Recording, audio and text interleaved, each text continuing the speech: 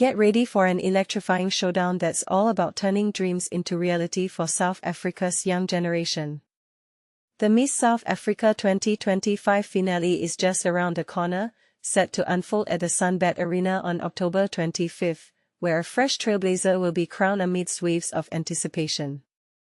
But here's where it gets truly inspiring. This year's competition isn't just about glitz and glamour, it's a bold push toward meaningful change, driven by a powerhouse judging panel that includes Dr. Tamarin Green-Engzumalo, Dovi Nokeri, Cindy Molongo, Heidi Giokos, and Thibi Ikolefeng. These leaders bring real-world experience in authenticity and impact, making this event a beacon for empowerment. And this is the part most people miss. Every finalist is championing a specific initiative through the Empower Youth Africa campaign, tackling pressing issues like joblessness among the young, educational gaps, and overall well-being. This aligns perfectly with Miss South Africa's core goal of sparking tangible transformations in everyday lives.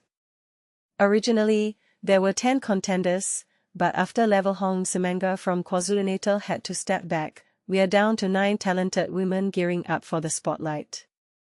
Millions could tune in via Mzansi Magic, so these ladies are polishing their acts for a night that promises high drama and heart.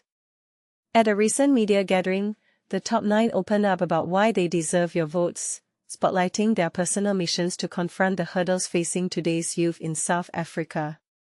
Take Zanele Phakathi, a vibrant 27-year-old from Soweto, Gauteng. She's all in on career counseling to combat the crippling unemployment crisis.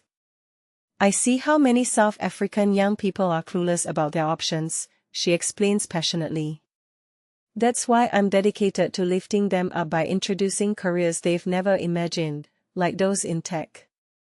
As the founder of Zol Powerhouse, Zanele has already touched the lives of over 500,000 high school students, sharing insights into fields they can thrive in. She's a tech enthusiast herself, diving into STEM, that's science, technology, engineering, and math for beginners, and coding, believing these paths hold the key to brighter futures. Imagine workshops where kids get hands-on with programming. It's empowering stuff. Then there's Qhawekazi Mazaleni, a dedicated 24-year-old from the Eastern Cape who's a speech therapist pursuing her master's with a focus on autism. Her course? Fighting childhood illiteracy. Around 81% of 4th-grade learners struggle to read and understand text, she points out, often because early language learning doesn't connect with their home tongues. Spotting this gap, Qhawekazi wrote and self-published a children's book to bridge the divide, fostering critical thinking from a young age. She urges votes for her because her commitment to literacy isn't tied to the crown, it's a lifelong calling. Her vision includes training workshops for preschool teachers and parents, plus opening doors for aspiring young authors, illustrators, and publishers. Picture a community event where kids create their own stories. It's a game-changer for building confidence and skills. Nthabiseng Kgasi, 30, also hailing from Soweto, is zeroing in on youth unemployment through digital skills. Providing access to digital literacy and online opportunities is crucial, she says. It's not a nice-to-have, it's essential for tapping into remote jobs, starting businesses, or just navigating today's economy. This could mean free online courses for coding or app development, helping young people land gigs without leaving home. Nelly Mashile, a 28-year-old doctor from Davitan, Gauteng, draws strength from the domestic workers who raised her. She champions education for the youth, aiming to make leadership relatable and genuine, transforming tough realities into tales of hope. Her story might inspire programs pairing mentors with students in underserved areas. Luyanda Zuma, 23, an actress and model, wants to extend empowerment to young men by spotlighting their talents through film. I'll launch a program to help street kids tell their narratives, equipping them with skills and jobs for a better life, she shares. Think of it as a filmmaking bootcamp that leads to real opportunities in media.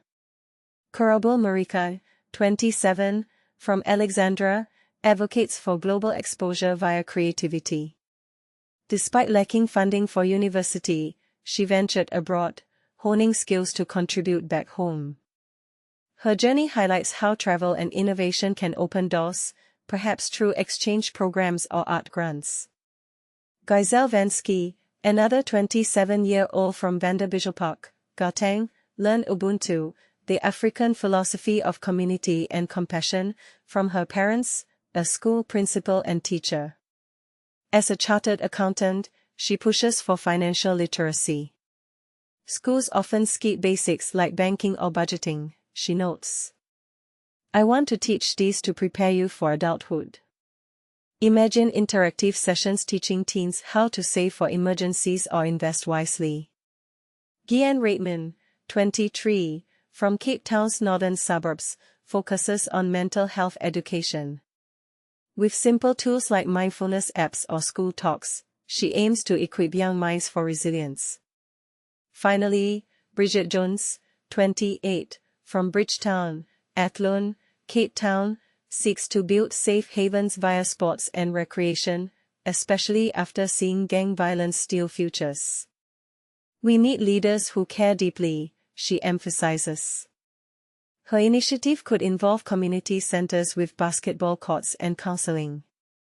The grand finale airs on Saturday, October 25, at 7 p.m. from SunBet Arena in Pretoria, streamed on Mzansi Magic. But here's where it gets controversial. Is a beauty pageant the best platform for serious social issues, or could it dilute the message with focus on appearance? And this is the part most people miss. Some argue it empowers women in a patriarchal society, while others say it reinforces unrealistic standards.